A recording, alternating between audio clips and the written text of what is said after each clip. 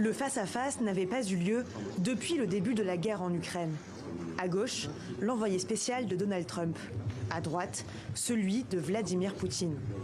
Officiellement, la réunion est uniquement destinée à renouer des liens directs entre Washington et Moscou. Officiellement, du moins, car la question ukrainienne est inévitablement au cœur des discussions. L'objectif de la réunion était de donner suite à l'appel que le président a passé il y a une semaine et de commencer à établir ses lignes de communication.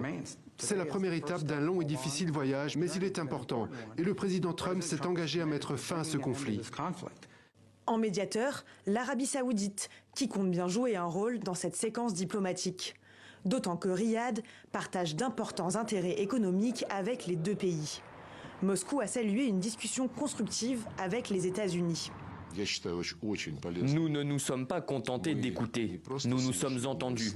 Et j'ai des raisons de croire que la partie américaine a mieux compris notre position. De quoi poser les bases d'une future coopération. Il y avait un grand intérêt que nous partageons à la reprise des consultations sur les questions géopolitiques.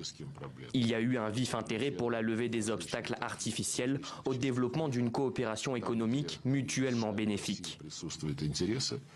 Les deux camps ont annoncé la nomination de négociateurs de haut niveau pour travailler sur une fin prochaine du conflit en Ukraine.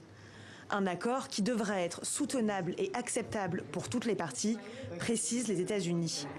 Volodymyr Zelensky a dénoncé une rencontre sur l'Ukraine sans l'Ukraine.